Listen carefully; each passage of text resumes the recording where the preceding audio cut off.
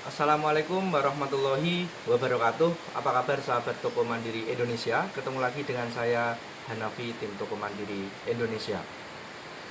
Siang ini saya mau sharing sama sahabat Toko Mandiri Indonesia. Kemarin saya seharian di kantor itu lihat banyak sahabat Toko Mandiri Indonesia yang chat ke admin kami. Ya, saya cek, saya lihat, saya baca-baca.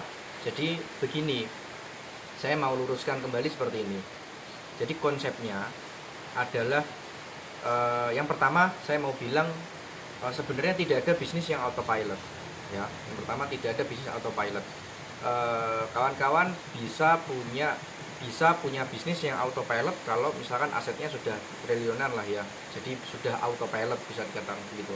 Karena kalau bisnis awal itu kan harus dipupuk, harus disiram, kita harus bakar-bakar duit untuk promosi, kita harus branding dan lain-lain. Jadi prinsipnya yang pertama tidak ada bisnis yang autopilot. Yang kedua, apalagi minimarket. Minimarket ini adalah, ya istilahnya saya sering ngomong ngurmati uang receh ya, karena untuknya kecil-kecil. Sehingga akan banyak keriuhan. Jadi kalau misalkan sahabat Toko Mandiri Indonesia punya minimarket terus berharap bisa autopilot, ya itu suatu kesalahan yang besar. Suatu kesalahan yang besar ya. Jadi saya kasih analogi seperti ini.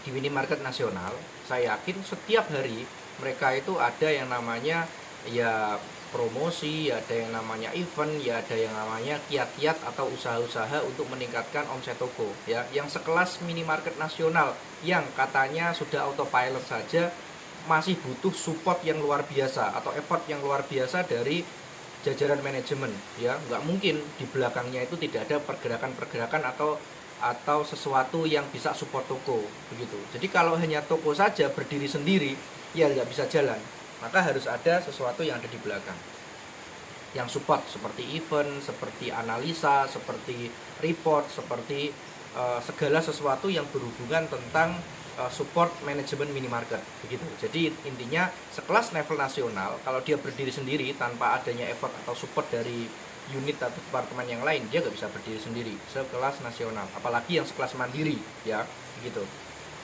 Maka saya luruskan kembali bahwa tidak ada bisnis yang autopilot. Terus misalkan kalau ada yang bilang nanti bisa dikirim sama sales dan lain-lain, tidak semudah itu begitu ya, tidak semudah itu ya. Saya ngomong yang sulit-sulit dulu supaya apa? Karena saya yakin sahabat-sahabat Toko Mandiri Indonesia yang datang ke sini adalah orang-orang yang baru atau teman-teman yang baru mau belajar tentang retail atau yang sudah bergelut dengan retail belum lama ya. Kalau misalkan sudah bergelut lama mestinya hanya fokus dengan tokonya, sudah disibukkan dengan tokonya begitu. Jadi saya sampaikan kembali bahwa tidak bisa autopilot, tidak bisa autopilot. Dan susah, saya bilang susah dulu. Kalau menurut saya atau kawan-kawan yang sudah berkecimpung di retail yang lama, mereka atau saya akan bilang gampang. Karena kita sudah lama nimbrung ke sini ya. Bagi teman-teman yang baru saya harus ngomong susah dulu, bukan untuk mempersempit atau memperkecil mindset atau pola pikir tentang minimarket ya atau toko mandiri ya, tetapi adalah supaya saya menanamkan mindset pengusaha ya.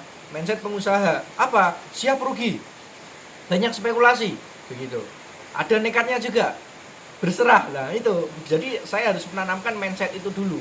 Kalau mindset itu belum tertanam, yang penting adalah pikirannya saya buka toko minimarket, nanti dapat untung segini, terus BEP-nya sekian tahun atau balik modalnya sekian tahun, 3-4 tahun dan lain-lain. Nggak semudah itu. Jadi saya ngomong yang sulit dulu. Ketika saya sudah ngomong sulit, tapi keinginan teman-teman semua buka minimarket semakin kuat dan semakin tinggi, maka teman-teman sudah berhasil menjadi calon pengusaha begitu dulu. Jadi Jadi harus siap rugi dulu, harus siap bakar-bakar duit dulu, harus siap banyak belajar dulu, harus siap rekoso dahulu begitu. Jadi sepanjang yang saya saya dampingi selama ini ya, saya akan selalu ngomong sulit Pak, ayo sulit Bu begitu. Jadi memang ayo kita belajar, ayo kita sharing begitu. Jadi setiap awal sudah sudah MOU itu saya langsung bikin grup, isi saya kasih tim saya yang terlibat sama pemilik toko supaya banyak sharing di sana. Jadi supaya nanti mulai dari nol sampai buka, calon mitra ini tahu bagaimana prosesnya buka toko begitu. Nah, selanjutnya saya mau katakan ketika teman-teman sudah siap dengan itu, ayo baru kita bikin usaha minimarket.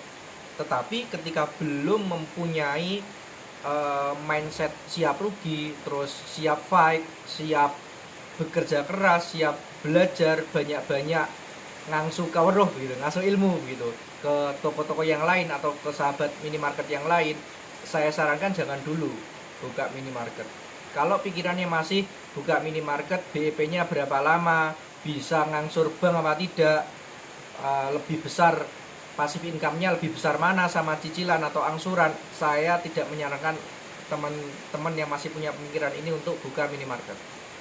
Ya, kecuali teman-teman ini sudah punya satu toko yang sudah jalan, terus mau ekspansi, mau buka cabang, baru bisa bilang seperti itu, BEP-nya berapa lama, terus angsurannya bagaimana, model pasarnya seperti apa begitu. Ya, jadi saya itu sampai dengan sekarang mungkin sudah ratusan toko yang kita buka, itu masih selalu deg-degan kalau besok mau buka. Saya ya, besok mas buka masih deg-degan gitu. Kalau sepi ya deg-degan, kalau rame ya deg-degan. Deg-degannya gimana ya? Kalau rame ini rame kenapa ya gitu. Nanti kecewa nggak ya? Masih kayak gitu. Karena masih belajar. Kita masih sampai dengan sekarang masih selalu upgrade pengetahuan tentang minimarket. Ya, jadi sekali lagi saya tekankan bagi sahabat-sahabat yang mau buka minimarket tapi mindsetnya masih enak, masih ngomong BEP, masih ngomong bisa angsuran, jangan dulu ya. Di awal kita harus siap fight dulu, harus rekoso dulu begitu, baru kita nanti bisa ngomong teknis begitu. Banyak sekali yang tanya ke saya, itu saya ngomongnya agak mengudara ya. Kenapa? Karena saya nggak bisa ngomong tanpa data. Tetapi ketika kita ketemu atau ngomong di kantor, saya bukain datanya. Pak, ini toko kondisinya di dekat pasar, ini di dalam SPBU, ini di jalan cepat, ini dalam perumahan, ini datanya, kondisi tokonya seperti ini omsetnya, ini untungnya, gitu. Sembari saya kasih gambaran-gambaran, gitu. Jadi sekali lagi saya sampaikan kepada sahabat toko mandiri Indonesia, kalau misalkan memang belum siap untuk fight atau untuk banyak belajar tentang minimarket, ya saya sarankan jangan dulu buru-buru buka gitu. Tapi ketika semua itu sudah mempunyai ya, sudah menyiapkan diri, oh mas saya sudah siap rugi, oh mas saya sudah siap belajar, oh mas saya sudah siap sharing, saya siap belajar hal baru dan lain-lain, ayo baru kita bareng-bareng. Teknisnya seperti ini pak, nanti hitungan BEP-nya seperti ini, potensi pasarnya seperti ini, nanti kita senjatanya ini yang kita jual ini, kompetitornya ini, kita menang ini, kita kalah ini dengan kompetitor, terus modal yang harus kita keluarkan ini, ya hitungannya baru begitu ya. Ketika masih ragu ya saya belum berani ngomong kayak gitu ya. Ini sharing atau sepanjang banyak tamu yang ketemu dengan saya atau banyak ya itu dari chatting kawan-kawan yang masuk ke admin, saya bacanya seperti itu gitu ya. Jadi video kali ini saya mengajak untuk teman-teman, ayo belajar dulu, jangan buru-buru dulu, pelajari dulu ya pasarnya, jadi ngerti dulu gitu. Jadi bagi teman-teman yang baru datang ke channel Toko Mandiri Indonesia, silahkan di video yang dulu-dulu itu banyak sekali sharing masalah minimarket. Jadi jangan buru-buru komentar, jangan buru-buru chatting ke nomor admin, tetapi pelajari dulu di video-video itu, dilihat dulu, dibaca-baca dulu. Kalau cocok, ayo kita jalan bareng. Kalau nggak cocok, ya tidak masalah. Gitu konsepnya. Jadi sekali lagi saya tidak bermaksud untuk mengkerdilkan teman-teman yang pengen punya minimarket, tetapi saya adalah menanamkan mindset jadi pengusaha itu ya harus siap rugi begitu dulu. Jadi kalau saya dulu mikirnya selalu begini, misalkan saya dulu jadi karyawan 9 tahun, 9 sampai 10 tahun ya, di karyawan di salah satu minimarket nasional.